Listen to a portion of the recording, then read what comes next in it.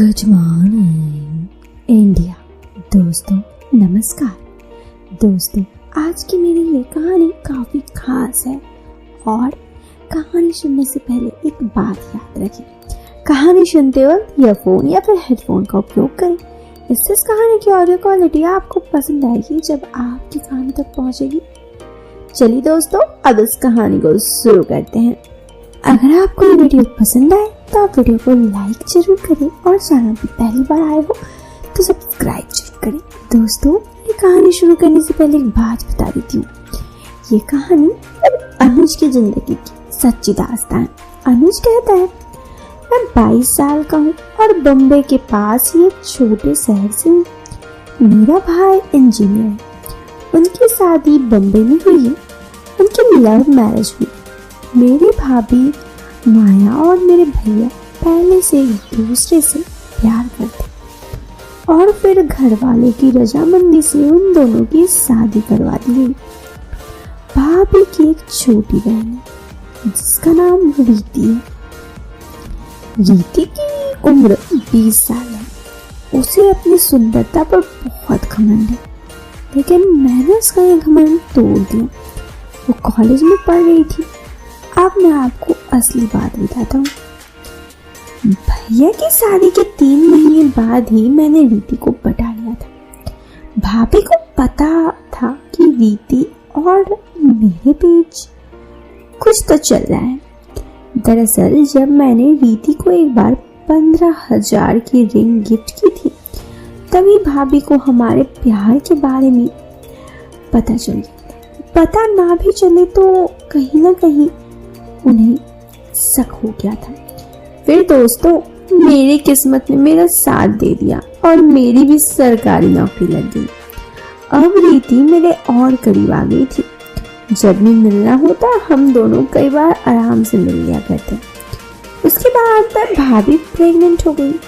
फिर समय गुजरता रहा और उनकी डिलीवरी की डेट नजदीक आ गई तो भाभी को बहुत सारी घर पे दिक्कत होती और रीति की कॉलेज की उस वक्त छुट्टियां चल रही थी।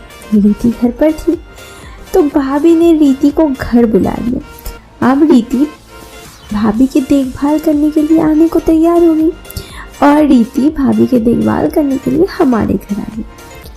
दोस्तों हमारे घर में 3 फ्लोर थे। सबसे नीचे वाले फ्लोर में भैया भाभी रहते, बीच वाले में मम्मी पापा और ऊपर मैं रहता। वहां पर एक और खाली रूम था। रूम को उसी रूम में मतलब रीति को उसी रूम में जो खाली रूम था उसी रूम में शिफ्ट कर दिया गया। इसलिए अब भाभी की देखरेख कम और मेरी ज्यादा होती। मैं रीति को घूरता रहता और हमेशा देखता रहता।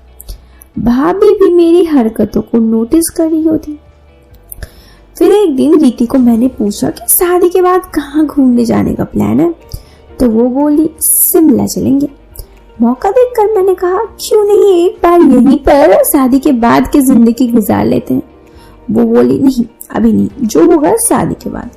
इतना बोलकर उस दिन बात को टाल दी। उसके अगले दिन मैं उसको शॉपिंग करवाने ले गया। हमने वहां पर मूवी भी देखी। उसको मैंने 20,000 की शॉपिंग करवाई और मूवी देखते देखते मैं उसे जिद करने लगा हल्का तो वो मान ली। फिर हम शाम के 7 बजे घर पहुंचे। रीति को खुश देखकर भाभी को कुछ शक हुआ। उस वक्त भाभी मेरे पास बैठी थी और तभी मेरा फोन बजा। मेरे पैंट के जेब से फोन निकलते समय कुछ गिर गया और भाभी ने देख लिया। वो बोली अब सोच रही हूँ तुम्हारी और रीति की शादी करवा दूं। मैं कुछ नहीं बोला। फिर भाभी ने कहा अनुज एक बात बताओ। मैंने कहा जी भाभी। वो बोली क्या तुम दोनों का कुछ चल तो नहीं रहा है। मैंने कहा नहीं भाभी अब तक तो कुछ नहीं हुआ। वो बोली अगर कुछ है तो बता दो। मैंने कहा भाभी सच कहूँ तो वो आज पहली बार कुछ होने वाला है। भाभी बोली इतना जल्दी क्या है शादी के बाद। मैं बोला भाभी शादी के बाद भी तो, लेकिन अभी इतना बोलने पर वो हंसने लगी। दरअसल भाभी में मेरे सपोर्ट में थी और हम दोनों के बीच इस तरह के हल्के हंसी मजाक होते रहते।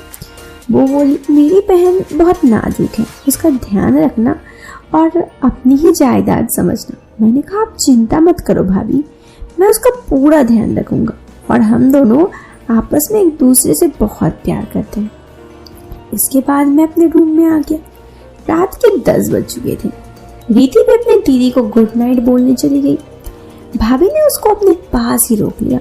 फिर रीति कहने लगी कि उसको नींद आ रहा है।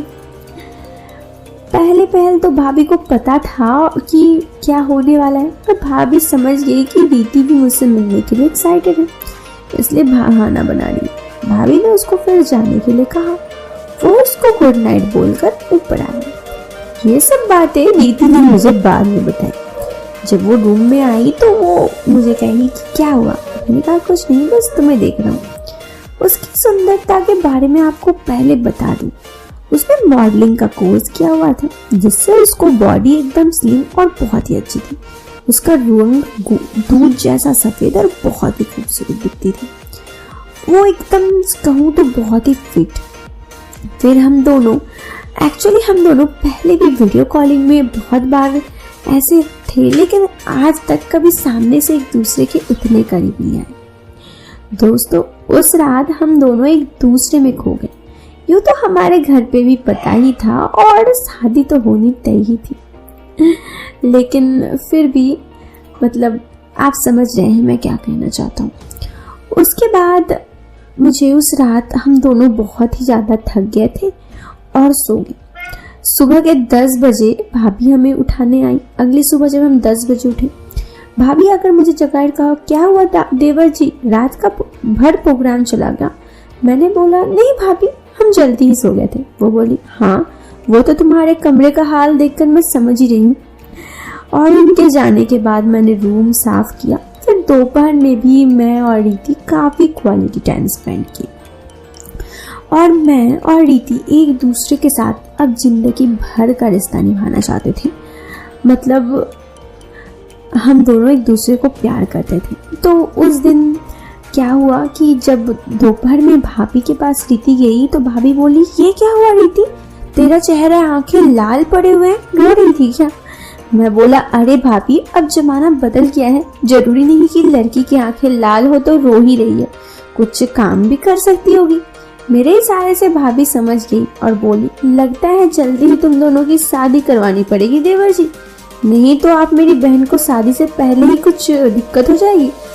अगले हफ्ते भाभी ने हम दोनों की शादी के बारे में घर में बात की। भाभी के पापा मना कर रहे थे, लेकिन भाभी ने प्लान बनाया और भाभी ने झूठी कह डाला कि अगले महीने कहा कि रीति प्रेग्नेंट है और अगले महीने तक हम दोनों की शादी करवानी होगी, नहीं तो दिक्कत हो जाएगी।